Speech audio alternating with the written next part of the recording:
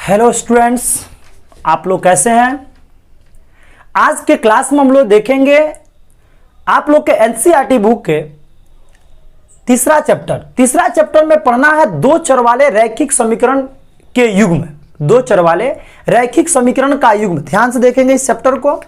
ये आपके बोर्ड के एग्जाम में ये चैप्टर 5 से 6 नंबर के पूछे जाते हैं।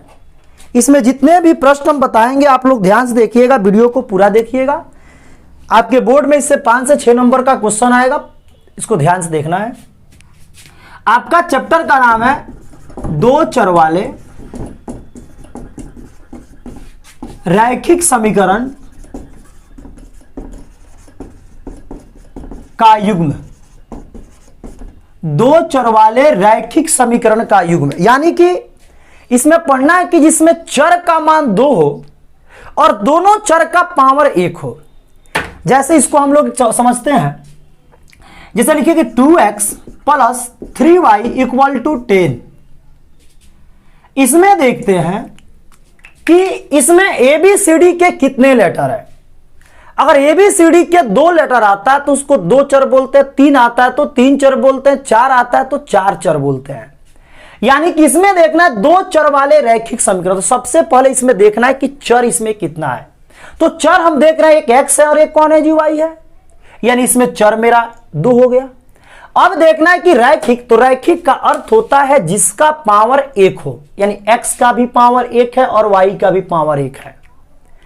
यानी और समीकरण उसको बोलते हैं जिसके बीच में कहीं ना कहीं बराबर हो, उसको क्या बोलते हैं, समीकरण।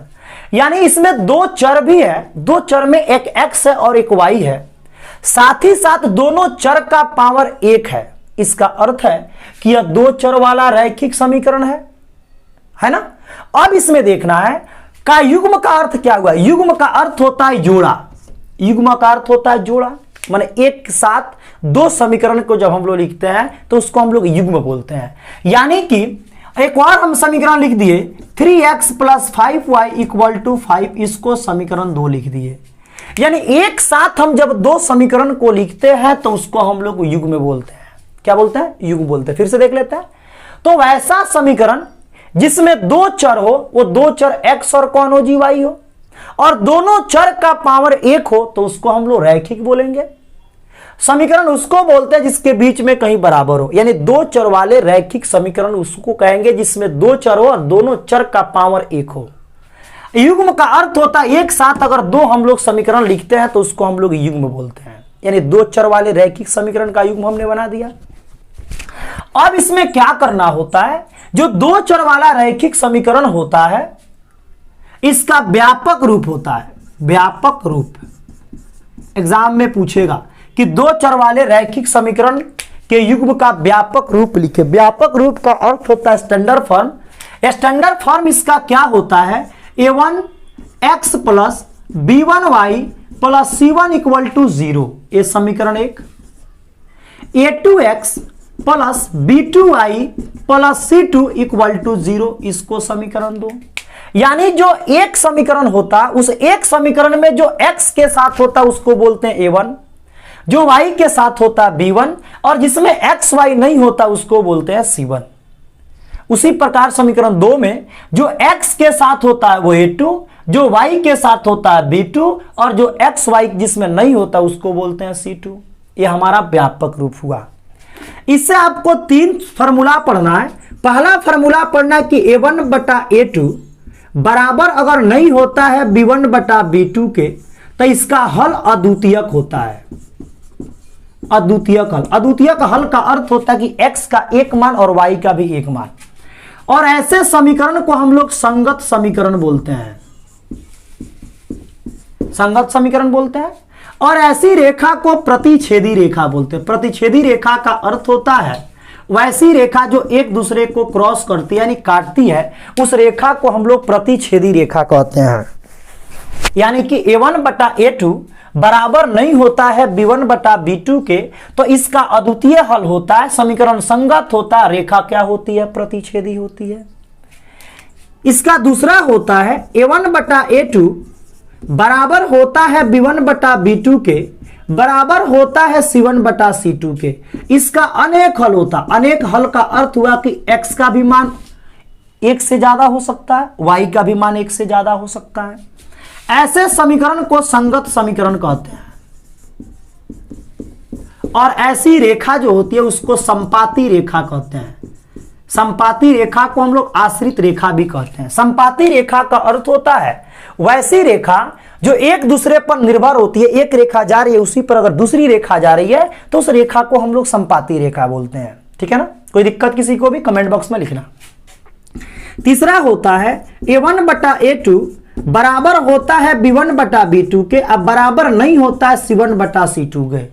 तो इसका कोई हल नहीं होता है, कोई हल नहीं होता है, और ऐसे समीकरण को हम लोग असंगत समीकरण बोलते हैं। और ऐसी रेखा समानांतर रेखा होती है। समानांतर रेखा का आप लोग अर्थ जानते हैं ना, जिसके बीच की दूरी समान हो। जब ग्राफ आप लोग को बताएंगे तो वहां पे आप लोग को दिखेगा। तो हम लोग अभी देखें कि द्विघात जो दो चर वाला जो रैखिक समीकरण है, ये दो चर वाले रैखिक समीकरण का व्यापक रूप A1 बटा A2 बराबर नहीं होता है B1 बटा B2 के। ये व्यापक रूप है A1x plus B1y plus C1 equal to 0, A2x plus B2y plus C2 equal to 0। इसी फॉर्मेट में हमारा दो चर वाला रैखिक समीकरण होता है। इससे फॉर्मूला बनता है A1 बटा A2 बराबर नहीं है B1 बटा B2 के। इसका हल होता है अद्वितीय समीकरण होता है संगत, और रेखा होती है प्रतिच्छेदी। उसके बाद होता है A1 बटा A2 बराबर होता है B1 बटा B2 के, बराबर होता है C1 बटा C2 के। इसका हल अनेक होता है, यानी कि x का भी मान 1 से ज्यादा निकाल सकते हैं, y का भी निकाल सकते हैं। और ऐसे समीकरण को संगत समीकरण बोलते हैं। ऐसे समीकरण को हम लोग संगत समीकरण बोलते हैं, और रेखा को संपाती बोलते हैं, यानी कि पहली रेखा जिस पर जाती है उसी पर दूसरी रेखा भी जाती है। उसके बाद होता है A1 बटा A2 बराबर होता है B1 बटा B2 के, बराबर नहीं होता है C1 बटा C2 के। इसका कोई हल नहीं होता है, यानी x का भी मान हम कोई नहीं निकाल सकते, y का भी नहीं निकाल सकते दोनों समीकरण से। ऐसे समीकरण को असंगत समीकरण बोलते हैं, और ऐसी रेखा को समानांतर रेखा बोलते हैं। चलिए इस पर एक क्वेश्चन बताते हैं तो ज्यादा समझ में आएगा।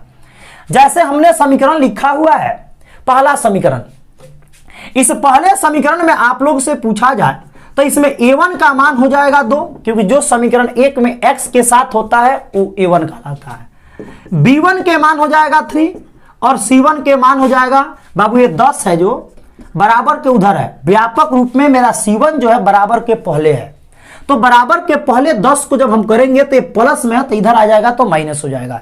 इसीलिए हम लोग C1 का मान इसमें -10 लिखेंगे। अगर पहले से मेरा C1 बराबर के इधर होता तो उसको चेंज करने की आवश्यकता नहीं है। अब देखो A2 का मान इसी प्रकार आप लोग बताइए तो 3, B2 का मान हो जाएगा 5, और C2 का मान हो गया -5। अब इसमें करेंगे A1 बटा A2, A1 बटा A2 के मान 2 बटा 3, B1 बटा B2 करेंगे तो मान हो गया 3 बटा 5। अब देखते हैं A1 बटा A2 के मान 2 बटा 3 और B1 बटा B2 के मान 3 बटा 5। अगर ये दूसरा दोनों पहला और दोनों अगर बराबर नहीं है, पहला और दूसरा दोनों बराबर नहीं है, तो आपको तीसरा देखने की आवश्यकता ही नहीं है। यानी कि A1 बटा A2 not equal to B1 बटा B2। इसका अर्थ है कि पहला कंडीशन को फ्लो कर रहा है, यानी इसका हल क्या होगा जी, अद्वितीय हल होगा। तो लिखेंगे A1 बटा A2 बराबर नहीं है B1 बटा B2 के, इसलिए इसका हल एग्जाम में पूछे तो अद्वितीयक हल होगा। अगर वहीं अगर समीकरण पूछता है तो संगत समीकरण, वहीं अगर रेखा पूछता है तो ऐसे समीकरण का रेखा जो होती है वो कैसी होती है, प्रतिच्छेदी रेखा होती है। ठीक है ना। अब आपके दिमाग में आता है सर C1 बटा C2 आपने क्यों नहीं निकाला? जब अगर दोनों ये बराबर नहीं होगा तो तीसरा हमको देखने की कोई आवश्यकता नहीं है। ठीक है ना।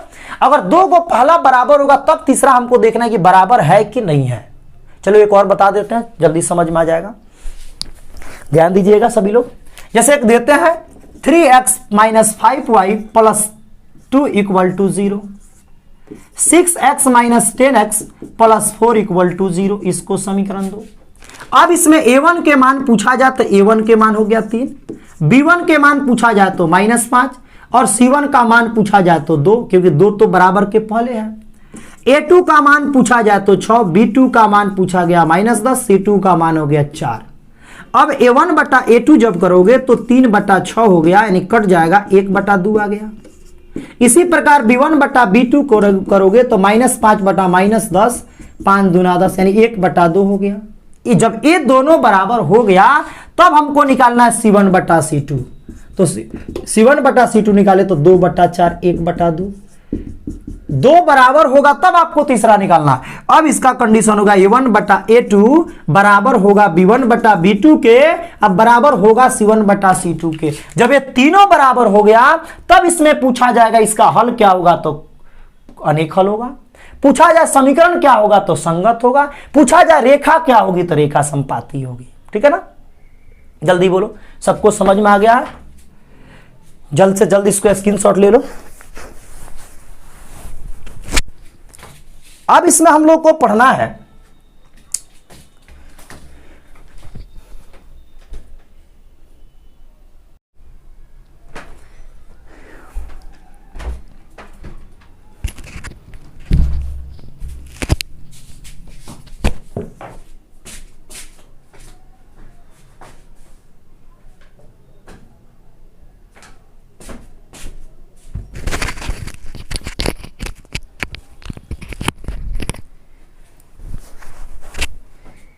चलिए आप लोग इसको स्क्रीनशॉट ले लिए, अब इसको क्लीन कर देते हैं।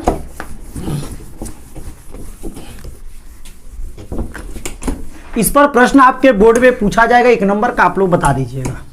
ठीक है ना, इस पर एक्सरसाइज भी है। एक्सरसाइज आप लोग 3.2 बनाइएगा तो बन जाएगा उसमें। अब प्रश्न है कि जो 2 चर वाला रैखिक समीकरण है इसको कितने विधि से हल कर सकते हैं।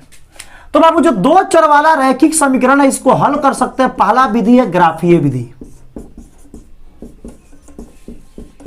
दूसरा विधि है प्रतिस्थापन विधि,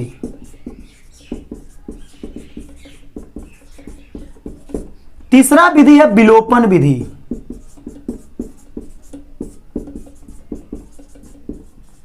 और इसका चौथा विधि है वज्र गुणन विधि। यानी कि 2 चर वाले रैखिक समीकरण को हल करने का आपको 4 विधि 10th क्लास में पढ़ना है। पहला पढ़ना है ग्राफीय विधि, दूसरा पढ़ना प्रतिस्थापन विधि, तीसरा पढ़ना विलोपन विधि। एक एक करके हम बताते जाते हैं, आप लोग ध्यान से देखिएगा। ठीक है ना, तो पहला है ग्राफीय विधि। ग्राफीय विधि से बनाने के लिए हमको ग्राफ के पेज का आवश्यकता पड़ेगा।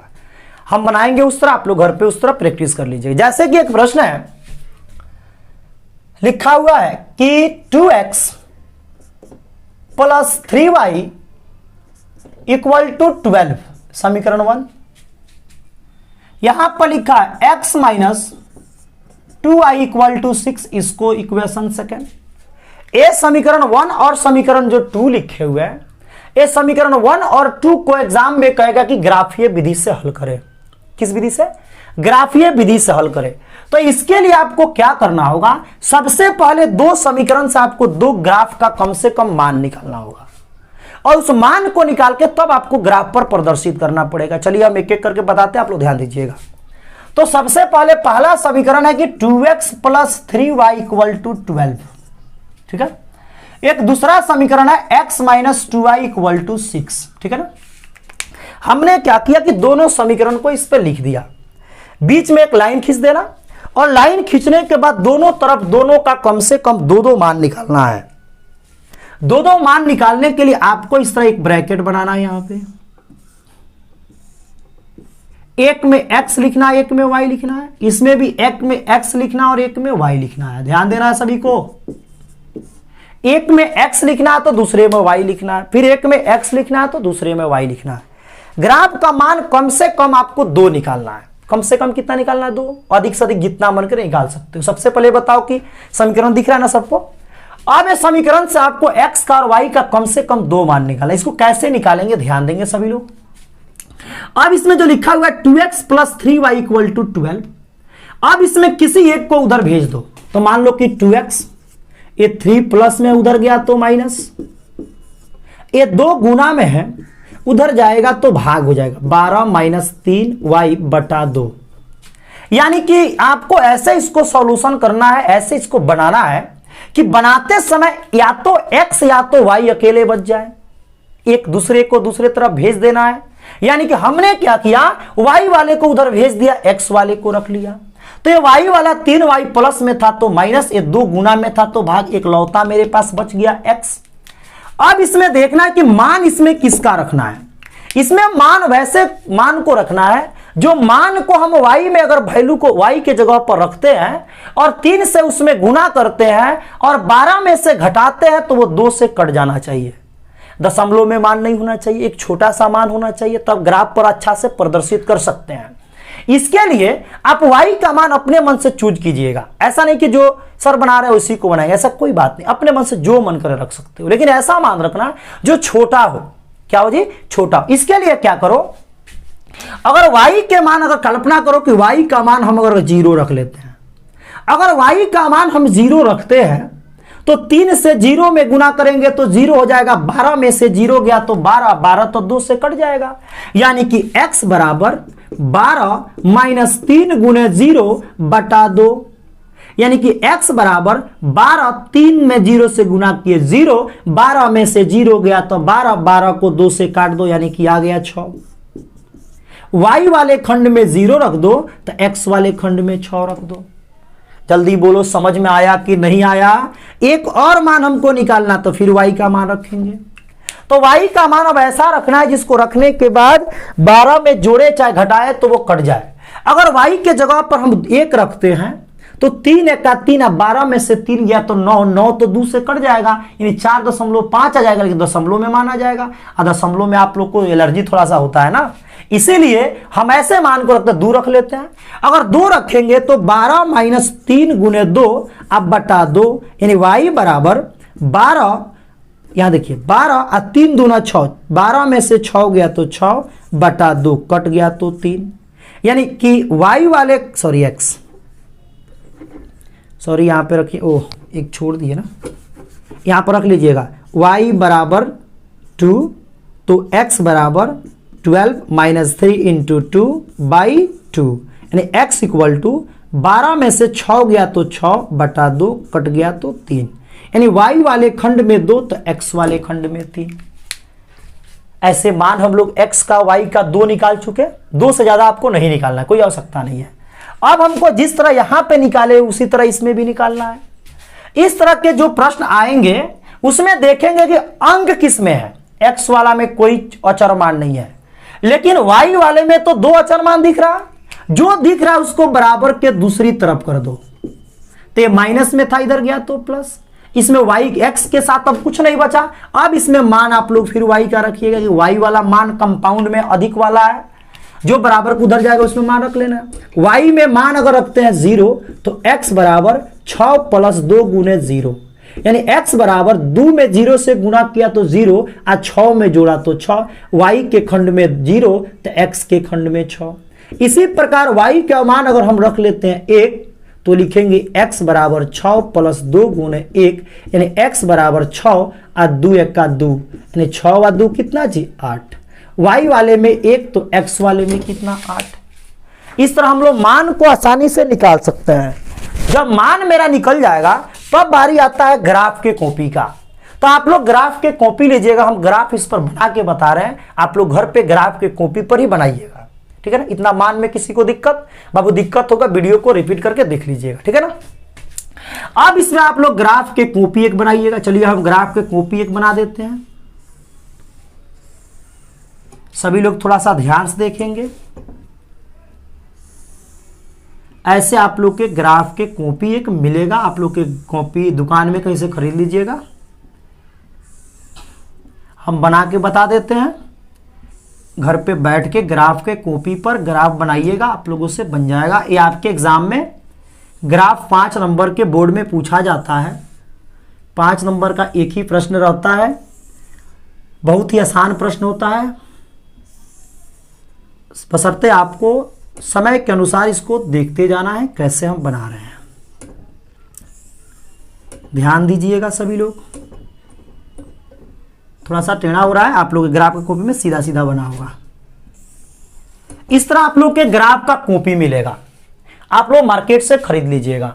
खरीदने के बाद क्या कीजिएगा, इसमें बीच में लाइन खींच दीजिएगा। मान लेते हैं यहां पे खींच देते हैं बीचों बीच लाइन, इधर भी एक लाइन खींच देते हैं ऐसे,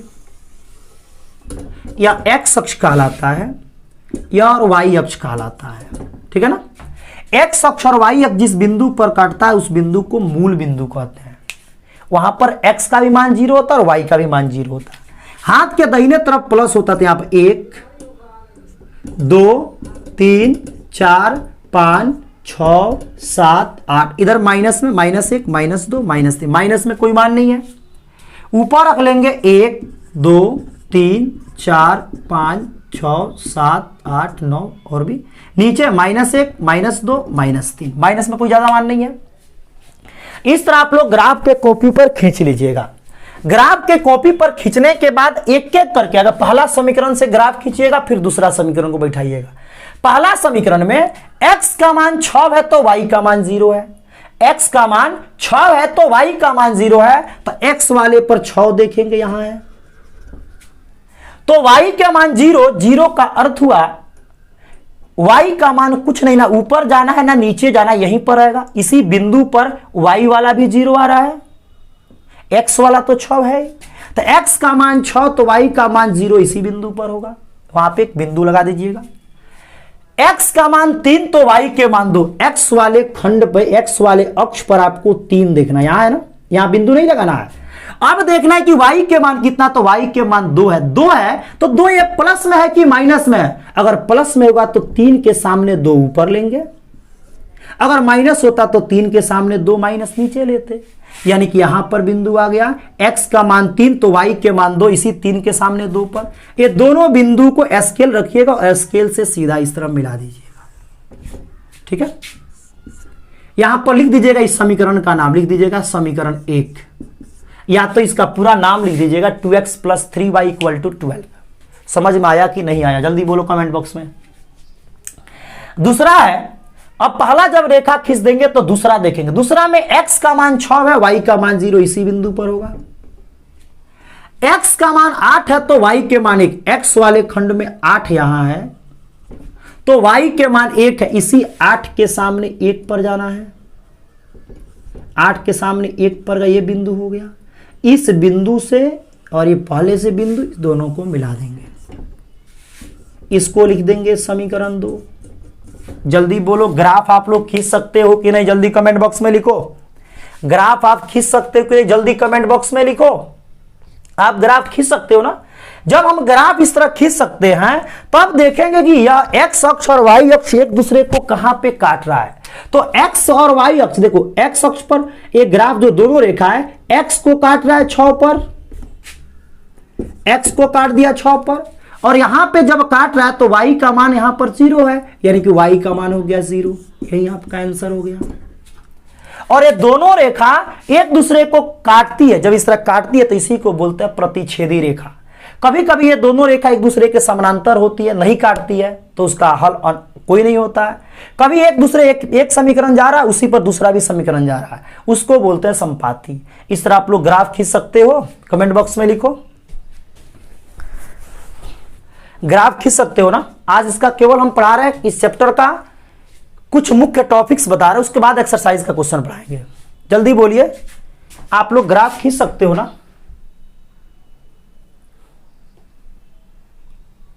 इसको ग्राफ खींच सकते हो ना, खींच लेना, खींच लेना, ठीक है ना। इसको मिटा रहे हैं, स्क्रीनशॉट ले लो, जल्दी स्क्रीनशॉट लो। इसको मिटा रहे हैं। अभी हम लोग पढ़े कि समीकरण को कैसे ग्राफ विधि से, ग्राफीय विधि से हल कर सकते हैं, ठीक है ना। अब हम लोग देखेंगे कि इसी समीकरण को कैसे प्रतिस्थापन विधि से हल करते हैं। प्रतिस्थापन विधि में किसी एक समीकरण को आगे बढ़ाते हैं। जैसे मान लीजिए 2 को बढ़ा रहे हैं, 2 को बढ़ाएंगे तो लिखेंगे चूंकि x - 2y = 6, ठीक है ना। ये 2y माइनस में उधर गया तो प्लस, इसको समीकरण हमको ले लेना होता है 3। ध्यान से देखिएगा, जहां भी दिक्कत होगा पूछिएगा। x - 2y = 6, ये माइनस में इधर गया तो प्लस, यानी x का अकेले एक मान निकल गया। अब क्या लिखते हैं, यहां पर लिखेंगे कि x का मान समीकरण जब 2 से निकालेंगे, तीसरा समीकरण, ये 2 को हल किया ना आगे, तो इस 2 से जब हम लोग तीसरा समीकरण निकालेंगे तो x का मान 1 में रखेंगे। अगर एक से x का चाहे y का मान निकालेंगे तो उसको समीकरण 2 में रखेंगे, जिससे निकालेंगे उसके विपरीत वाले समीकरण में रखेंगे। समझ में आया कि नहीं आया? जैसे 2 वाले समीकरण को हल किए तो x का मान 6 + 2y आया, तो इस मान को हमको 1 में रखना है, तो लिखेंगे x का मान समीकरण 1 में प्रतिस्थापन करने पर यानी 2 हमारा समीकरण है 2 का 2 इंटू x है। अब इस x के जगह पर इसका मान रखेंगे, यानी कि 6 + 2y + 3y = 12। समीकरण समझ में आया कि नहीं? यानी समीकरण 2 को हमने हल किया तो y के x का मान निकल गया x = 6 + 2y।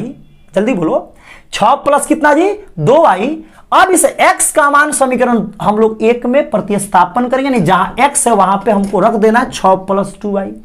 अब देखो इसको हल करो, 2 का 2 x के जगह पर 6 + 2y, 3y का 3y = 12। गुना कर दो, 6 दूना 12 प्लस 2 दूना 4 प्लस 3y = 12। ये 12 प्लस में उधर गया तो माइनस, 4 और 3 7, 12 - 12 यानी कि y बराबर 12 में से 12 गया 0, 7 इधर आके भाग कर गया, भाग कर दिए 0, यानी y के मान आ गया 0। y का मान कितना है जी? 0। अब लिखेंगे y का मान समीकरण 3 में रखने पर, आप 1 2 3 जिसमें भी रख लीजिएगा। y का मान जब समीकरण 3 में रखिएगा तो x बराबर आया हुआ है 6 + 2y, x बराबर 6 + 2 और y के जगह पर 0, यानी 2 में 0 से गुना किया 0 और 6, यानी कि x का मान आ गया 6, y का मान आ गया 0। आंसर। इस विधि को हम लोग कहते हैं प्रतिस्थापन विधि। कौन विधि कहते हैं? तो प्रतिस्थापन विधि कहते हैं। प्रतिस्थापन विधि में किसी एक समीकरण से x और y का, x या y का किसी का भी मान निकलकर उसी x y का मान समीकरण दूसरे में हम लोग प्रतिस्थापित कर देते हैं, जिससे एक x या y का मान निकल जाता है। ठीक है ना? चलो जल्दी से स्क्रीनशॉट ले लो अथवा देख लो इसको। अब देखते हैं प्रतिस्थापन विधि हम लोग देख लिए। ये कौन विधि था? प्रतिस्थापन विधि था। बाद में सब पर वर्क देंगे, आप लोग बनाइएगा। तीसरा विधि हम लोग को पढ़ना विलोपन। विलोपन विधि पढ़ना है। विलोपन विधि में कैसे हम लोग इसको बनाते हैं ध्यान दीजिएगा। लिखा हुआ है 2x + 3y = 12 और x - 2y = 6। इसमें हम लोग देखते हैं कि कौन सा मान इसमें बराबर है। किसी एक को बराबर करते हैं, बराबर होगा तो नहीं करते हैं। x वाला में 2x है और ये x, ये भी बराबर नहीं है क्योंकि ये 2x है और 1x है। ये भी बराबर नहीं है, 3y है, ये 2y है। तो किसी एक को बराबर करते हैं। बराबर पहले प्रधानता किसको देते हैं? जिसमें एक प्लस और एक माइनस हो, तो इसी को बराबर कर लेते हैं। इसको भी कर सकते हैं। इसको बराबर करेंगे तो इधर जो y के साथ नीचे में अंक होगा इससे ऊपर गुना कर देंगे, जो y में ऊपर होगा उसको नीचे गुना कर देंगे। जल्दी बोलो। अगर x वाले को बराबर करते तो इस x के साथ 1 था तो 1 से ऊपर गुना कर देते, इस x के साथ 2 था तो 2 से नीचे गुना कर देते। अब गुना करो, 2 दूना 4x प्लस 3 दूना 6y, अब 12 दूना 24। इसको गुना करो, ये 3x माइनस ये 6y बराबर 6 त्रिका 18। अब देखिए कि y वाला मेरा बराबर हो गया। अब बराबर हो गया तब देखो कि इसका चिन्ह समान है कि असमान है। एक प्लस है और एक माइनस है। जब एक प्लस और एक माइनस होगा तो इसको जोड़ देना। क्यों जोड़ेंगे? जोड़ेंगे तो इसके चिन्ह में कोई परिवर्तन नहीं होगा और ये दोनों से दोनों कट जाएगा। अगर ये दोनों प्लस होता तब ये जोड़ने से नहीं कटता, उस परिस्थिति में हम लोग उसमें माइनस लगाते। माइनस लगाने से एक प्लस हो जाता, एक माइनस हो जाता, कट जाता। अब यहां पे जोड़ेंगे तो जोड़ते समय कोई चिन्ह विपरीत नहीं, 4 और 3 7x, ये दोनों कट गया, बराबर 24 और 18 जोड़ दीजिए, 24 18 8, 12 का 2 3, 12 1 4, x बराबर 42/7, एक कट गया तो x का मान आ गया 6। अरे आया ना, 6 से 6 कट गया, 4 और 3 कितना 7x, 24 18 42, ये 7 से भाग कर दिए तो आ गया आपका 42, 42 में 7 से भाग कर दो 6। अब जब x का मान निकल गया तो लिखना x का मान समीकरण 1 में चाहे 2 में, जिसमें रखना हो, रखने पर अब आपका जो समीकरण 1 है वो 1 कितना है जी, तो है 2x के जगह पर 6, ए 3y इक्वल टू 12, ए हो जाएगा 12 प्लस में उधर जाएगा तो माइनस 12 माइनस 12, यानी कि 3y बराबर 0, यानी y बराबर 0 बटा 3 यानी 0, x बराबर 6, y बराबर 0। किसी विधि से बनाइएगा आपका आंसर x का मान 6 आएगा, y का मान 0 आएगा, ठीक है ना। अभी हम लोग सीख गए कि विलोपन विधि से कैसे x y निकालते हैं। अभी 3 विधि सीख चुके, ग्राफीय, प्रतिस्थापन, विलोपन। एक विधि बचा हुआ है ब्रज गुणन विधि, उसको भी बता रहे हैं, जल्दी से इसको स्क्रीनशॉट ले लीजिए,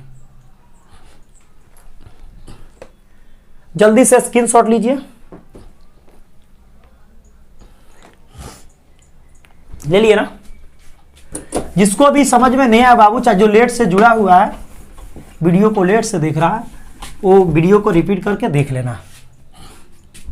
मिटा देते इसको भी। नेक्स्ट क्लास में हम लोग पढ़ेंगे कि कैसे ग्राफीय विधि पर कौन का एक्सरसाइज बनेगा, कैसे बनेगा, सब बताएंगे। अभी आप लोग इसको बढ़िया से कंसेप्ट क्लियर कर लीजिए कि जब पढ़ाएंगे तो वहां पे जैसे बोलेंगे प्रतिस्थापन तो समझ में आना चाहिए, ठीक है ना। अब देखते हैं ब्रज गुणन विधि, चौथा है ब्रज गुणन विधि। ये जो हम लोग 2 विधि पढ़े हुए हैं, 3 विधि जो हम लोग को पढ़ना है, प्रतिस्थापन, विलोपन और ब्रज गुणन, ये तीनों विधि से केवल अद्वितीयक हल वाले समीकरण का हल निकालेंगे। अद्वितीयक हल यानी a1 बटा a2 बराबर नहीं होगा b1 बटा b2, उसी को हम x y का मान इस विधि से निकाल सकते हैं, अन्यथा इस विधि से x y का मान हम लोग नहीं निकाल सकते हैं। तो ब्रज गुणन विधि से केवल अद्वितीयक हल वाले, अद्वितीयक हल वाले समीकरण को ही हम लोग हल करेंगे और इस विधि से हम बना सकते हैं। इसके लिए एक सूत्र होता है, ब्रज गुणन विधि में एक सूत्र होता है, x का फॉर्मूला होता है b1c2 माइनस b2c1 बटा a1 b2 minus a2 b1। इसी प्रकार y का होता है c1 a2 minus c2 a1 बटा a1 b2 minus a2 b1। यह आपका समीकरण सूत्र है, इस सूत्र को नोट कर लीजिएगा। अभी जो हम लोग एक समीकरण देखे हुए थे, लिखे थे कि 2x plus 3y equal to 12, समीकरण 1 था। x minus 2y equal to 6 था। अभी समीकरण को हम लोग हल करेंगे वज्र गुणन विधि से।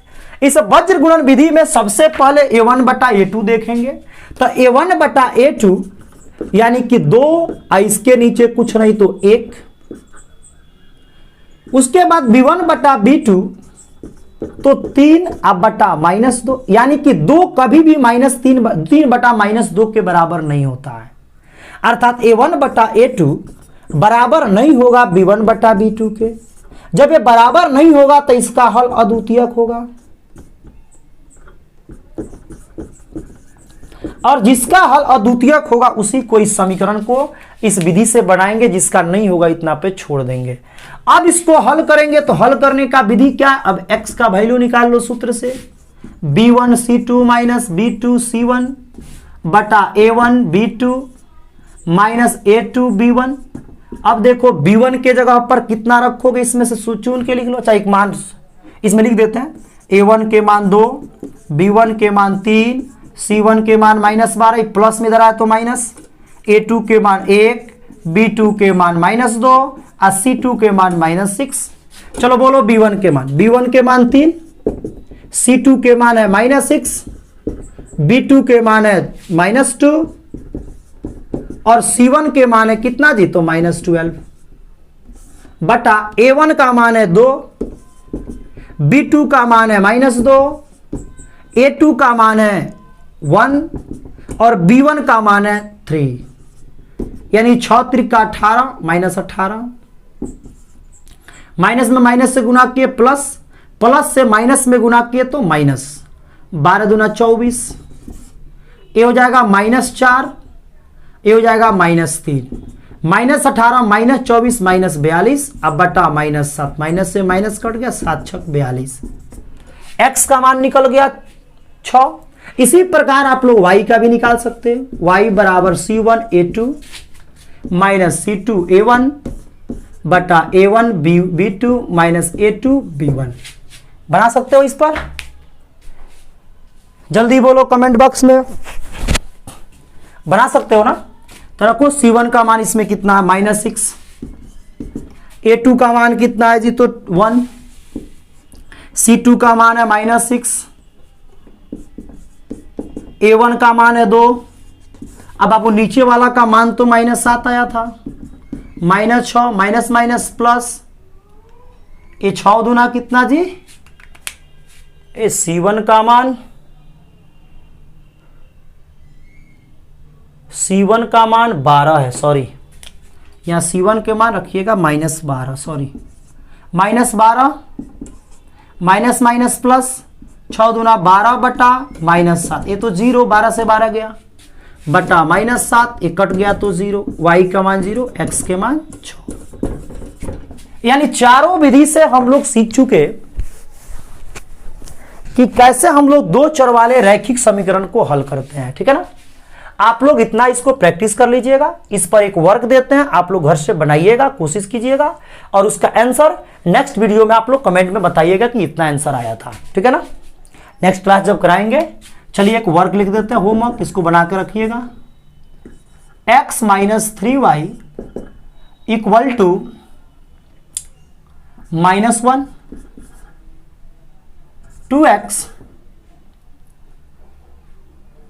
प्लस y इक्वल टू 5, इसको समीकरण 2। आप लोग इसको बना लीजिएगा ग्राफीय विधि से भी, प्रतिस्थापन से भी, विलोपन से भी, वज्र गुणन विधि से भी, ठीक है ना?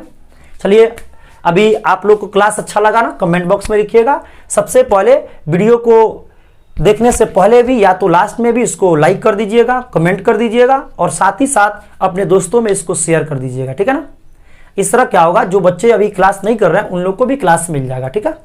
जल्दी आप लोग को साइंस का भी वीडियो मिलेगा, साइंस का भी क्लास लेकर आएंगे। अभी आप लोग मैथ का कीजिए, फिर अगले नेक्स्ट क्लास में आप लोग एक एक एक्सरसाइज का क्वेश्चन बताएंगे, ठीक है? आप लोग रोज जुड़ जाइएगा 7 बजे। चलिए ध्यान दीजिए, इसको नोट कर लीजिए, स्क्रीनशॉट ले लीजिए।